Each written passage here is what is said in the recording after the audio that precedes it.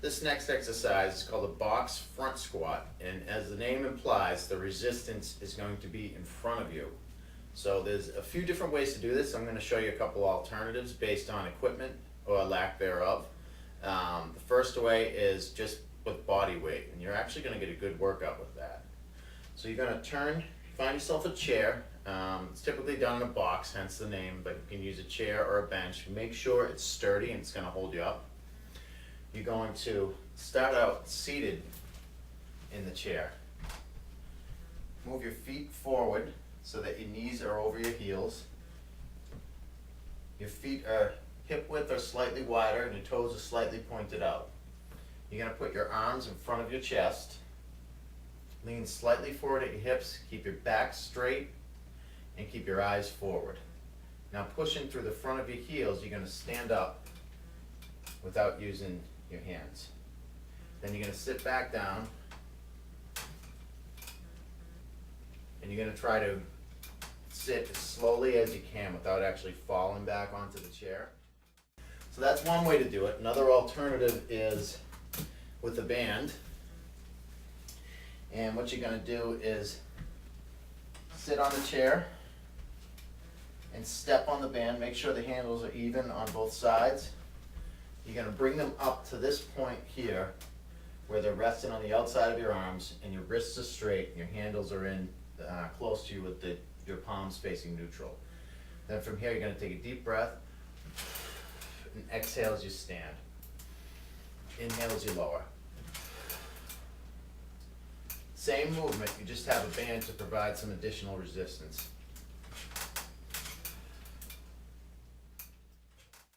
Another alternative is to use a dumbbell. So you're going to bring the dumbbell over here while you're seated. You're going to keep your arms in close, holding the dumbbell in close to your collarbone by each side, kind of like a chalice.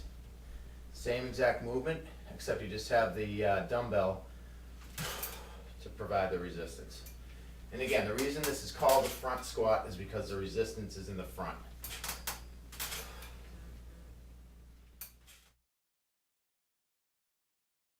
This next one is a push-up.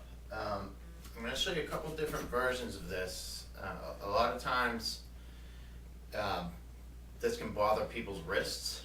Actually, there's been times I'm doing a lot of sets of them where my wrists actually start to hurt. So there's a simple correction for that. What you can do is take a couple of dumbbells, and you're also going to want a couple of rags to cushion your hands. Place the rags on the dumbbells, and then keep your wrists neutral as you grab onto the dumbbells to do the exercise like this. Okay, so the first way we're going to do them is with your knees being the point of contact as well as your hands.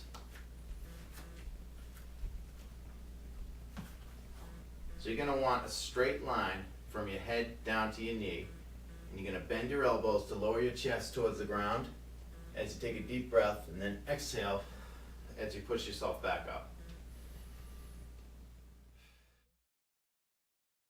And again, you want a straight line from your head all the way to your point of contact, which at this point is your toe.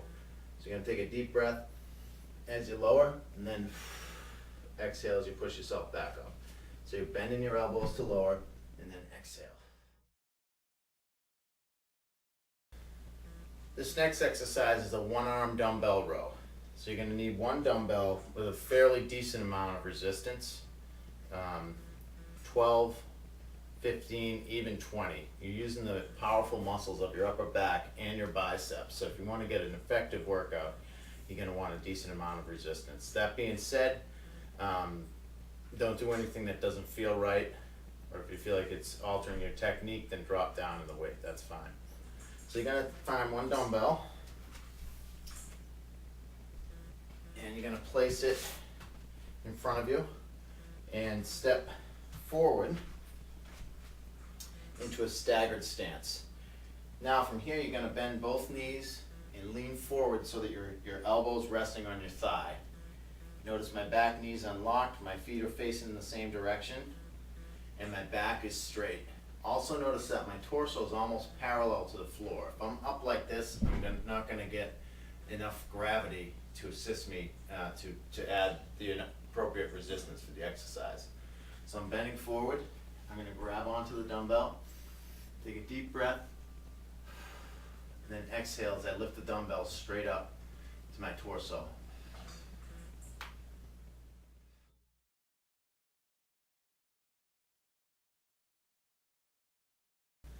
This next one is a dumbbell deadlift. I have it written as a deadlift on the sheet, but you can use the dumbbells for the resistance. So you're going to find a couple of fairly decent weighted dumbbells. So you'll want 15s, 12s, 15s, or 20s. And what you're going to do is place them on the outside of your stance. Stand with your feet hip width or slightly wider. And then you're going to bend forward at your knees and your hips. Pick up the dumbbells. Notice my back straight at this point. Take a deep breath. Exhale as you stand. Then you're just going to take a deep breath and lower them back to the ground if possible. If you can't do that without rounding your back, then just bring them down about halfway. My eyes are forward. My knees and hips are back. My chest is forward, and I'm bending at my hips and my knees.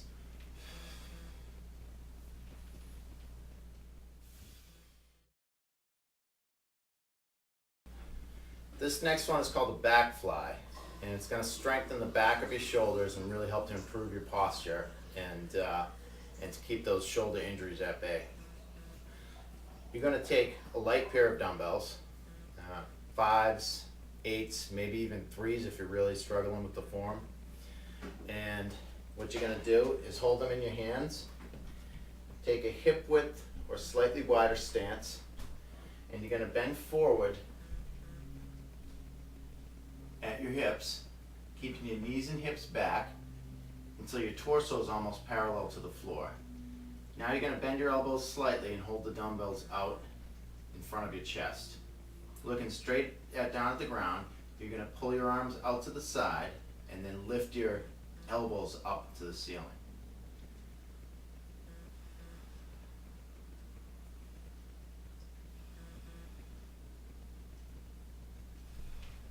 I'll show you that from the front too.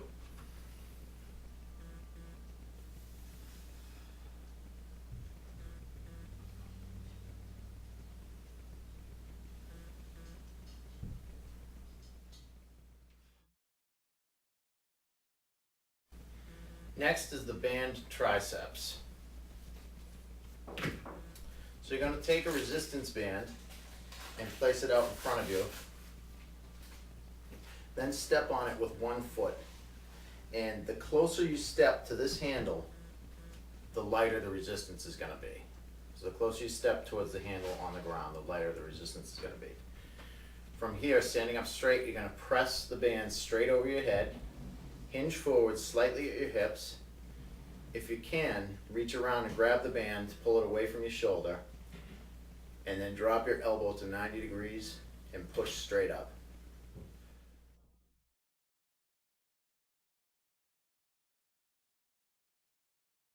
This next one is called a pullover crunch. It's a great exercise for your abs, and it gets this serratus muscle right up here to give you more definition in your abs.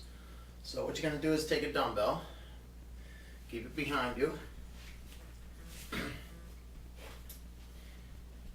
and you're going to lay down with your knees bent and your feet flat.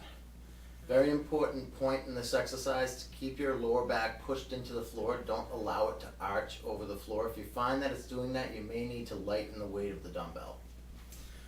So from here, you're going to reach back, grab either side of the dumbbell, and with your arms straight, push your lower back into the mat to engage your abs and keep your back safe.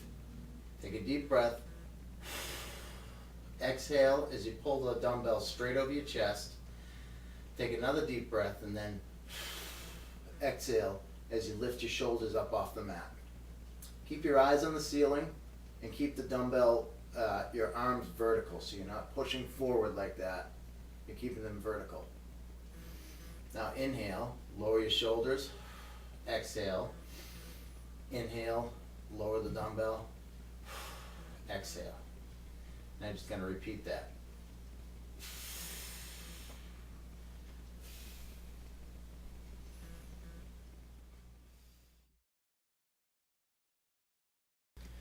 This next one is called a torso rotation. You're going to do this with a dumbbell held out in front of your chest. So get into a staggered stance with 1 foot forward and 1 foot back. You're going to hold the dumbbell in front of your chest, bend your knees slightly, and then turn your torso towards the outside and then towards the inside. Exhale each time you turn towards the outside. Inhale as you go towards the inside. This next one is called the stick oblique standing crunch. You can use, for the stick part of it, they make special equipment, which is actually just a stick, which you can use for exercises like this. You can also use a body bar if you're at your gym.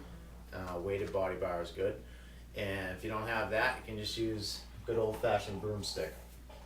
So what you're going to do is bring this up behind your back, just like this, without knocking anything over. And you're going to take shoulder width, a slightly wider stance with your feet. And from here, what you're going to do is you're just going to lift your knee to your side and lower your elbow to your knee. So you're flexing sideways at your spine.